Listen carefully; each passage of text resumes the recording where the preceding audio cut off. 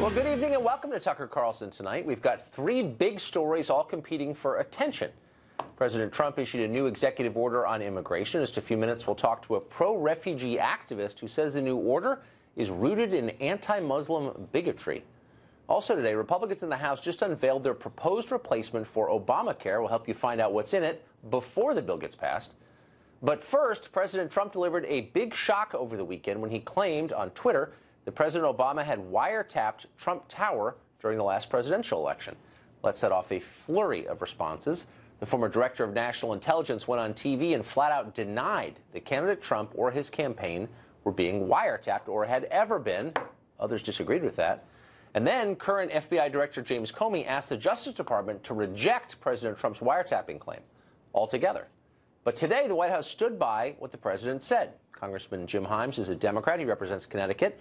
But most significantly, he's on the House Intelligence Committee. He's been highly skeptical of the president's claims. Congressman Himes joins us from Stamford, Connecticut. Congressman, thanks for coming on. Hey, Tucker.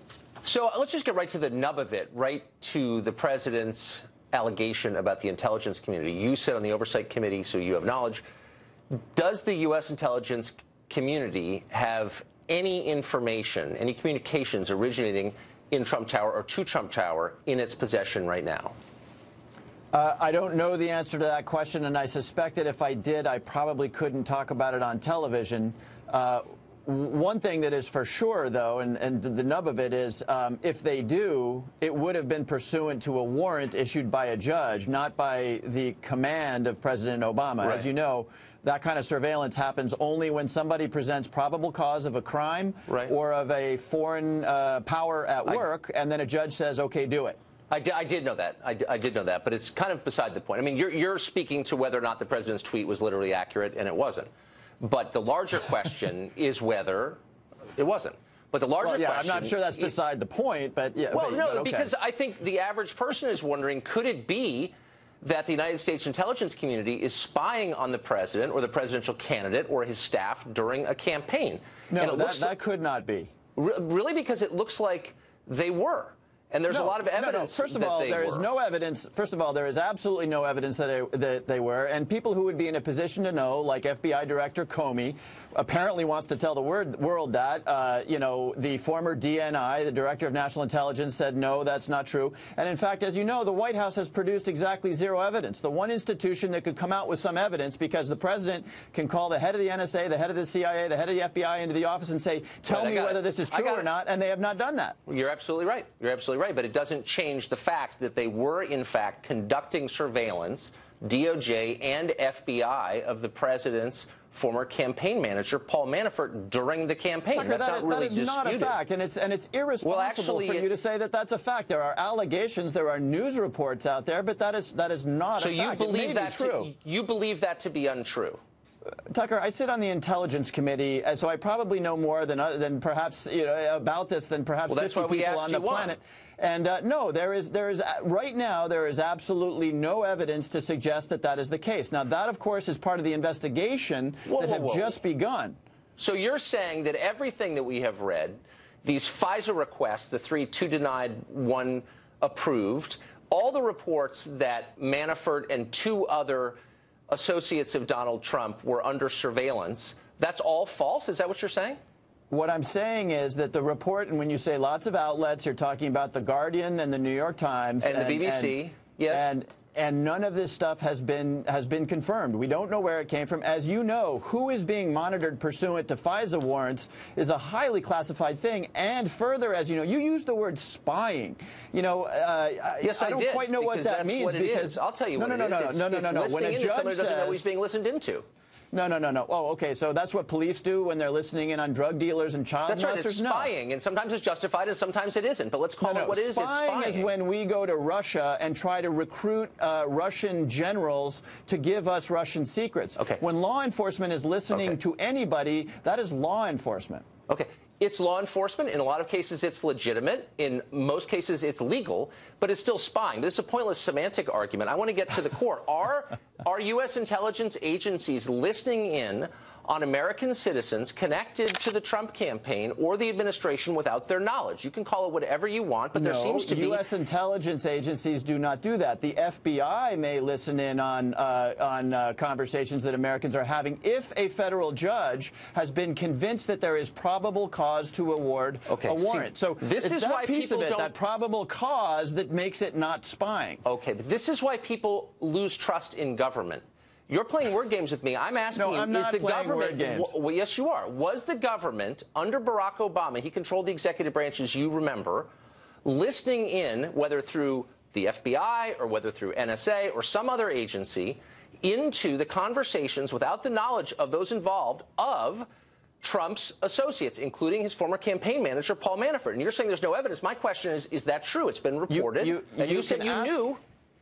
You can ask the question using Barack Obama's name as many times as you want, but that will not change the underlying fact that the President of the United States does not have the authority to order a wiretap on anybody, and that, in fact, if the President did that, that would be a severe violation, probably of the law. But I'm not alleging that. I'm not alleging that. I'm merely noting that President... I was making a distinction between this administration and the past one. That's what I'm saying. Under the last administration, run by whomever, were those people under surveillance by the U.S. government? It was the middle of a highly contested presidential campaign, and I think that's meaningful, and I think most people would agree with that. And we know for a fact. We know for a fact that General Flynn was monitored by the FBI and that illegally transcripts of his conversation with the Russian ambassador were leaked, resulting in his disgrace and the loss of his job.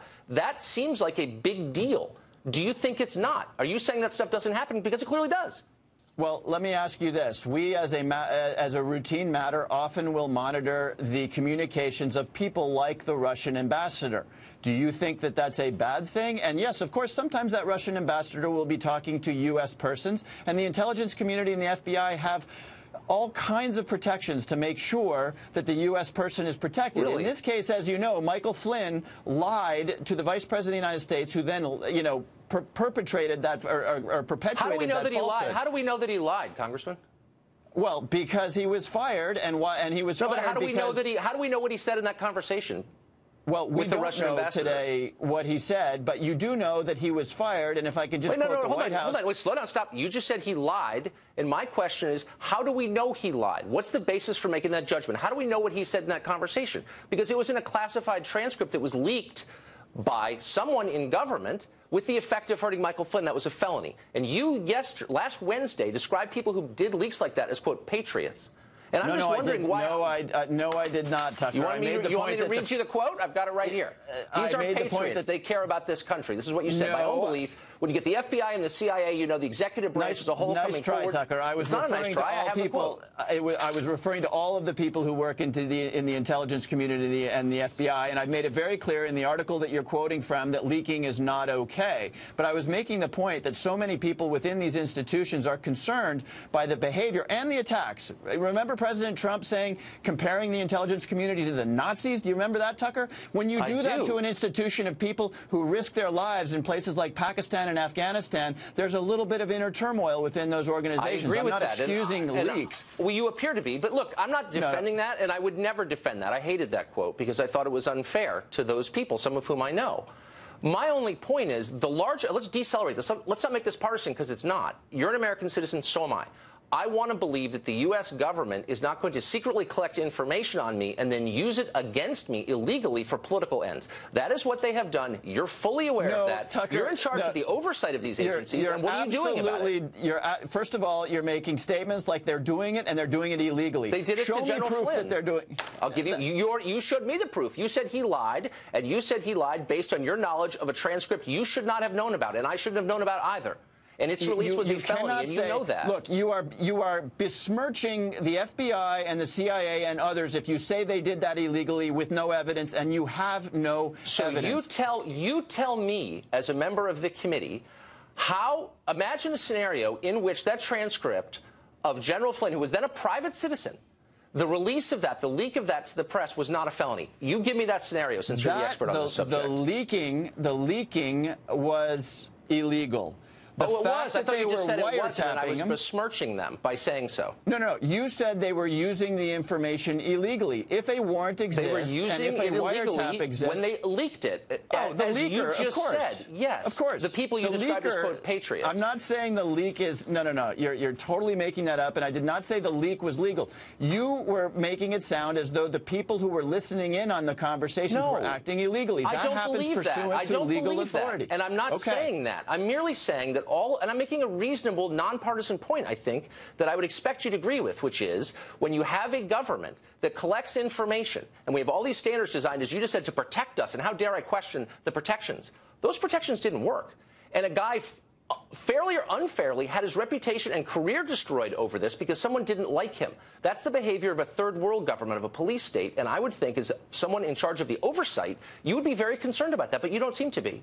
No. Once again, you're misrepresenting my position. Leaking is wrong. Leakers are not patriots. Let me be very clear about that. But you also know the story here, which is that the Deputy Attorney General and others, according to news reports, went to the White House and said the Vice President misrepresented what happened in Michael Flynn's conversations. Michael Flynn could be blackmailable because we're not the only people who know that Michael Flynn lied to the Vice President. So nobody was trying to get Michael Flynn. People went to the White House and said, your national security advisor could be blackmailed because he lied to the Vice President. How did that information wind up in the Washington Post, I wonder? Because there was a leaker, which is not the right thing to do. Okay, so now we're kind of getting back to my original point, which it's certainly not that complicated, which is why I wonder why you're dodging. So here's my broader question. Since you are in charge of the oversight, how many Americans have their personal information swept up by the intelligence agencies, by NSA or others, every year?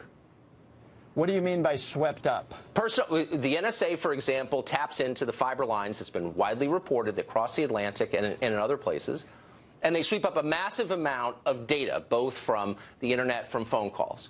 And they are not supposed to be looking at the data of Americans without a warrant, as you know. But they collect all this data. And my impression is, from living here, that you guys who have the responsibility of oversight do not know how many Americans' data is picked up by these intelligence agencies. And my question is, why don't you know? And shouldn't you be interested in that?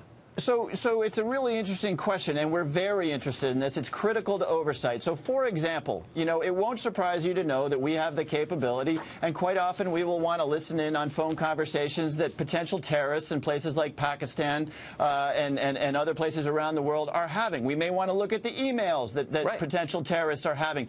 It won't surprise you to know that from time to time they might email or have a conversation with an American. And so when our intelligence agencies pick up that information, sometimes the information is either an American on the other end, or sometimes it's about an American. And so our intelligence community has an elaborate set of protocols to try to protect, and they're human, right? They don't always get it right, but they try to protect the information of those people who are U.S. citizens and therefore entitled to Fourth Amendment protections. Well, do they always get it right? No, they don't. But there are an elaborate set of protocols. Now, if you're calling, sure that's right. But if you want to go the Edward Snowden route, because I'm hearing Tucker Carlson as Edward Snowden tonight. Please don't call names. I'm asking you a sincere adult question. You're calling me Edward Snowden, which I'm certainly not. I'm telling you that you've taken the position because you're now acting very critical about these. Not at all.